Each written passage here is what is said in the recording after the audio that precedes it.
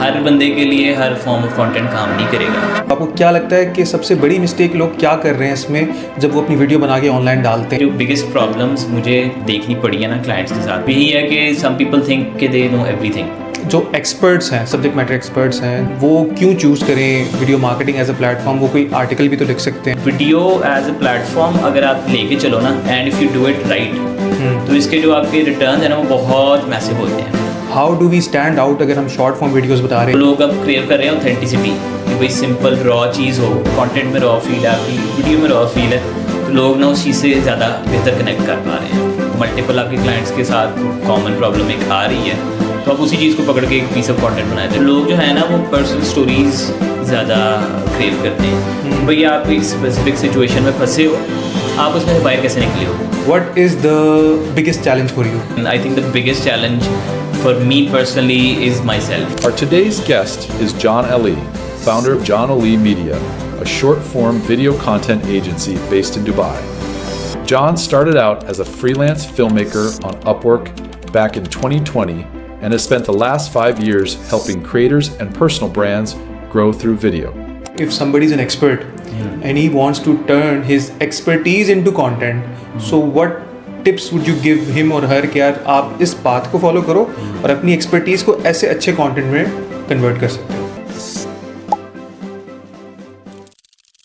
अस्सलाम वालेकुम John, welcome to the podcast man. Thank you for having me. Thank you. John, आप ये बताना पसंद करेंगे कि जॉन कौन है एंड जॉन अली मीडिया क्या करता है? अच्छा, तो क्विक एक इंट्रो में अपना कर देता चलूँ कि जॉन अली जो है एज ए पर्सन वो एक फ़िल्म मेकर और बाय हार्ट भी है और बाय प्रोफेशनल भी है। और ओवर टाइम पिछले कोई 3-4 साल से मैंने इंटरनेशनली बिल्कुल मूव कर लिया। अपना जो सारा बिज़नेस है ना वो सारे इंटरनेशनल क्लाइंट्स के साथ, फाउंडर्स जो हैं उनके साथ कर रहा हूँ, एजेंसीज़ के साथ कर रहा हूँ, बिजनेसेस के साथ काम कर रहा हूँ। और जॉन अली मीडिया अब right now, as of right now, सिर्फ स्पेसिफिकली हम फाउंडर्स के साथ काम कर रहे हैं और स्पेसिफिकली हम वीडियो फोकस्ड काम कर रहे हैं, जो स्ट्रेटिजिकली हम उनके ना पर्सनल ब्रांड्स बढ़ा रहे हैं। इन रिटर्न उनको फिर they get more business, they talk to more people, they get more prospects, in essence more revenue for them. Right. Okay. So John, you do video marketing for Yes. entrepreneurs and founders. Okay, so मुझे थोड़ा बताना पसंद करेंगे कि आपने 2020 में कोई Upwork start किया और उससे पहले कोई ख़ास जॉब वगैरह भी नहीं की, तो जॉब क्यों नहीं कंटिन्यू की और डायरेक्टली क्यों एक फ्रीलांसिंग सोलोप्रेन्योर में अपना जर्नी स्टार्ट किया? अच्छा, मैं अपना अगर थोड़ा सा एंड ऑफ यूनिवर्सिटी का टाइम बताता चलूँ तो बड़ा इंटरेस्टिंग था।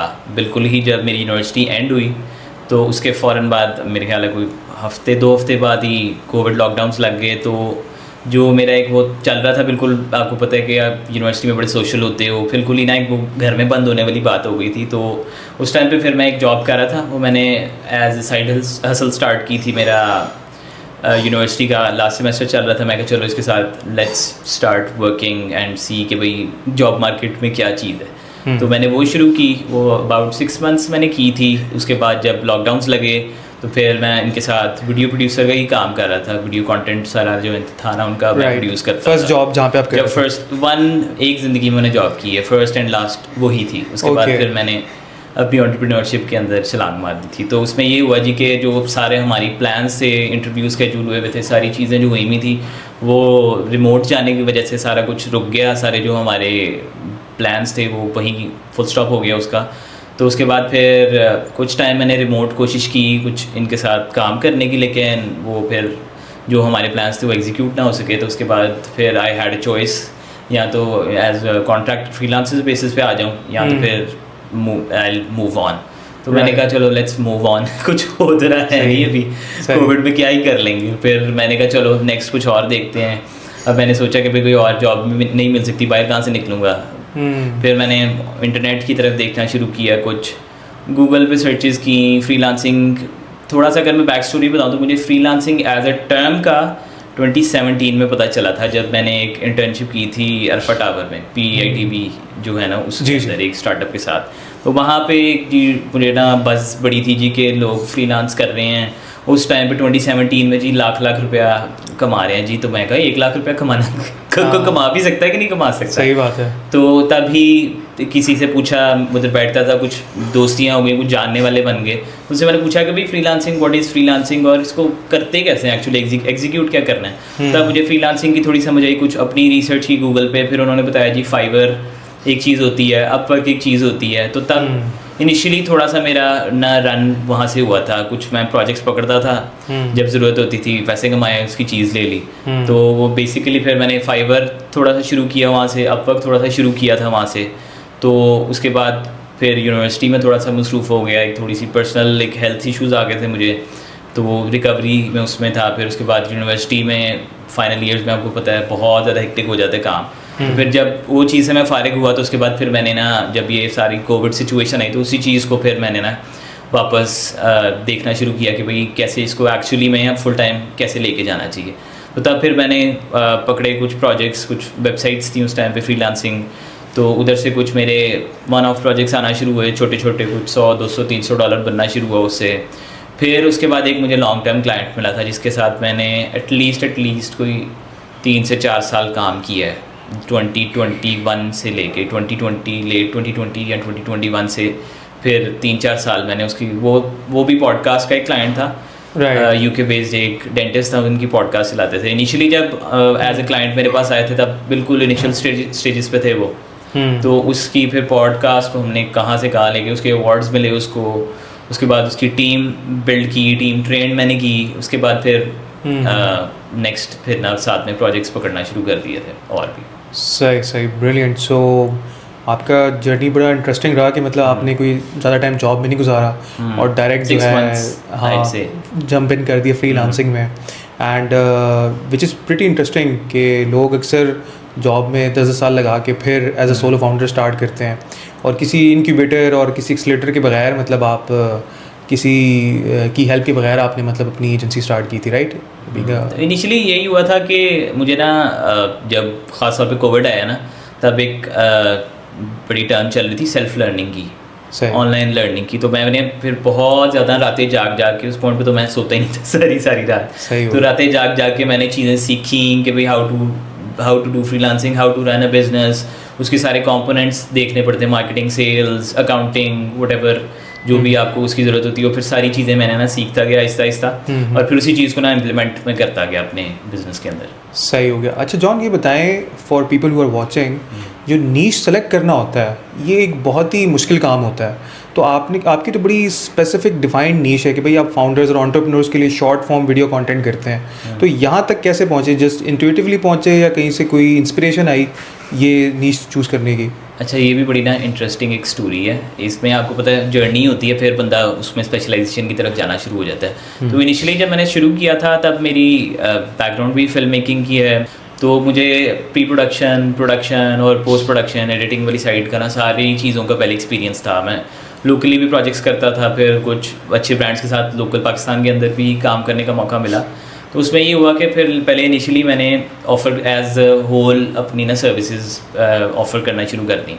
एक जनरल जो एक होता है जी कि भाई I will do video editing for you, एक इन एन एसेंस ये वाला काम था। तो जिस तरह का भी प्रोजेक्ट आता था मैं पकड़ता था, उसको करता था मैं, कई लर्निंग एक्सपीरियंस है मेरे लिए। तो फिर कुछ साल उसमें किया, अच्छे कुछ क्लाइंटल्स भी हो गए, कुछ लॉन्ग टर्म चलते गए। कुछ मेरे शुरू हुए इनिशियली कुछ जो क्लाइंट्स थे वो तो मेरे साथ सालों भी चले हैं। तो उसके बाद 2024 में जो है ना, मैंने थोड़ा सा देखना शुरू किया जी कि एक पर्सनल ब्रांडिंग, लोग ना अपनी ब्रांडिंग की तरफ ना काफ़ी एक रुझान ऑनलाइन आना शुरू हो गया, लिंक्डइन पे, फेसबुक पे, इंस्टाग्राम पे। तो फिर मैंने इसके अंदर ना रिसर्च करनी शुरू कर दी कि भाई व्हाट पर्सनल ब्रांडिंग क्या है, फिर शॉर्ट फॉर्म कंटेंट क्या है, अपनी आप वीडियो ब्रांडिंग कैसे करते हो, उसके अंदर सारी मैंने चीज़ें रिसर्च करना शुरू की। यूट्यूब पे गया, बाकी बात की लोगों से, कुछ और जो क्रिएटर्स होते हैं उनकी चीज़ें रिसर्च करना शुरू कर दी उसके ऊपर।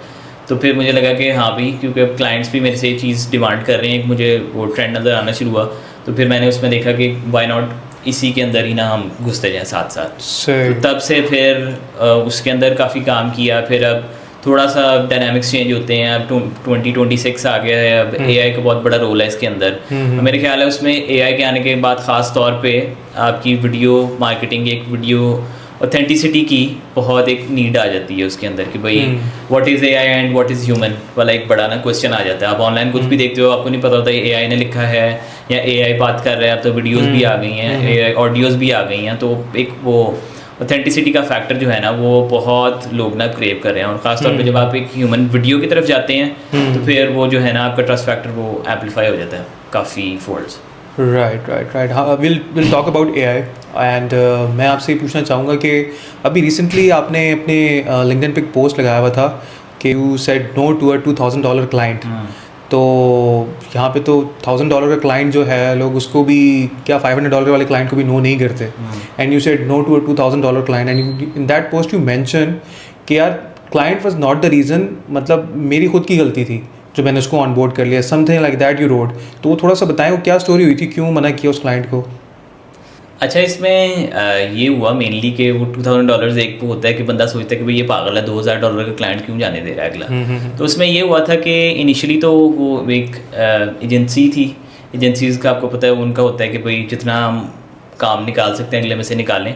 और उसमें ये थोड़ा सा मसला आ रहा था कि स्कोप क्रीप का एक अगर टर्म आपको अंदाज़ा होगा कि स्कोप क्रीप ये है कि इनिशियली व्हाट यू एग्री तो आप उससे ज़्यादा डिमांड करना शुरू कर देते हैं अगले बंदे से। तो उसका बड़ा फैक्टर आने लग गया था। फिर वो आर स्पेसिफिकली मांग रहे थे मेरे से, जो जिसकी वजह से फिर मेरी स्लीप कॉम्प्रोमाइज़ हो रही थी। और फिर उसकी वजह से हेल्थ का बड़ा फैक्टर होता है, वो ओवर टाइम ना आपको बर्नआउट की तरफ लेके जाना शुरू हो जाता है। फिर इनिशियली मैंने यही सोचा I work couple of months, लेकिन वो ना फिर वो मुझे लग रहा था कि या तो भाई मैं इसके ऊपर कुछ किसी और को आउटसोर्स कर दूँ ये चीज़, या फिर इसको ना I let it go all together. एक तो वो मेनली हो रहा था कि वो टाइम इतना मेरे से डिमांड कर रहे थे कि मैं और बाकी अपने क्लाइंट्स को ना केटर नहीं कर पा रहा था जी। तो मुझे ना उस चीज़ को भी फैक्टर इन करना था कि भाई मेरी अपॉर्चुनिटी कॉस्ट कितनी बड़ी है, ये किसी एक क्लाइंट को केटर करते हुए मुझे बाकी नुकसान हो रहा था उस चीज़ के अंदर। तो इसीलिए मैंने कहा कि भाई it's better to let them गो।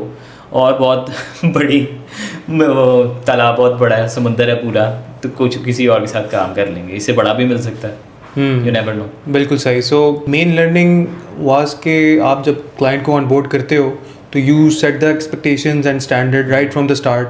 तो आपको लगा कि उसमें कोई कमी रह गई थी आपकी साइड से? अच्छा, उसमें ये हुआ था कि इनिशियली ये थोड़ा सा जिससे रेफ़र हुआ था ना, उन्होंने कहा था जी कि इनको as client contractor freelancer relationship होगा। लेकिन वो जब ऑन बोर्ड हुआ मैं, तो उसमें भी थोड़े से रेड फ्लैग्स थे। इनिशियली जो हमारे आवर्स एग्री हुए थे ईमेल कम्युनिकेशन पे, जो कॉन्ट्रैक्ट आया उसमें उससे ज़्यादा आवर्स थे। Initially we agreed to 20 hours a week वाला सीन था।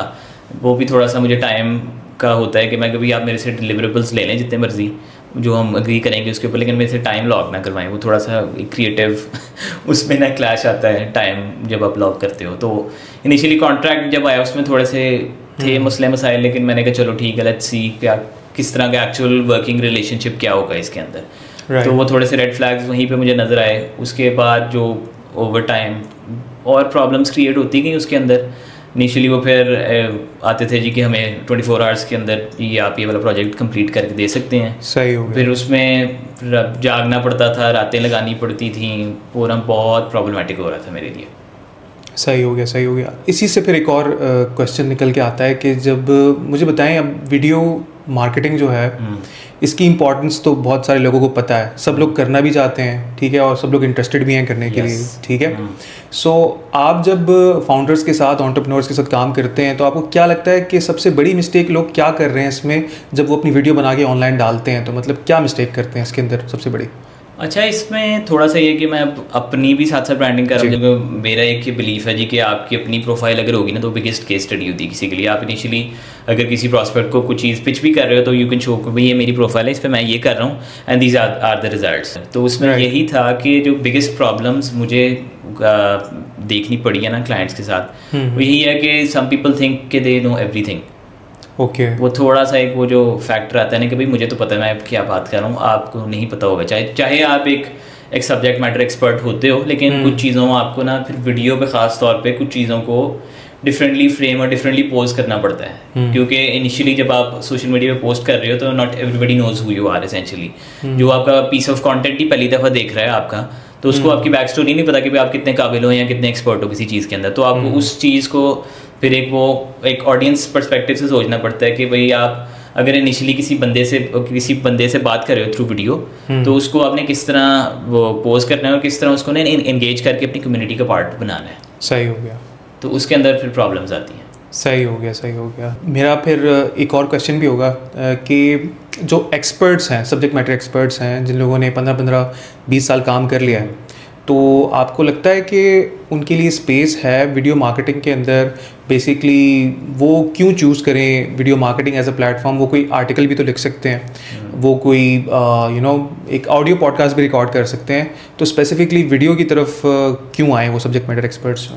अच्छा, इनिशियली ये मेरी बहुत लोगों से डिबेट होती है कि भाई वीडियो एज जो एक मीडियम है वो बहुत एक तरह से ना सबसे ज़्यादा बड़ी बैरियर टू एंट्री है, सबसे डिफिकल्ट होता है। अक्सर लोग कैमरे पे आके परेशान हो जाते हैं कि भाई मेरी से बात ही नहीं हो रही, आई कैंट डू दिस। वो बिल्कुल ही डमस्ट्रक हो जाते हैं चीज़ के ऊपर। तो उसमें यही है कि मेरे ख्याल अब जो हमने पहले भी बात की है कि अब जितना AI बूम आया हुआ है इस टाइम पे, तो उस चीज़ में आपने अगर एक ट्रस्ट फैक्टर बनाना है, क्योंकि ट्रस्ट डेफिशिएंसी बहुत ज़्यादा है AI कंटेंट को लेके।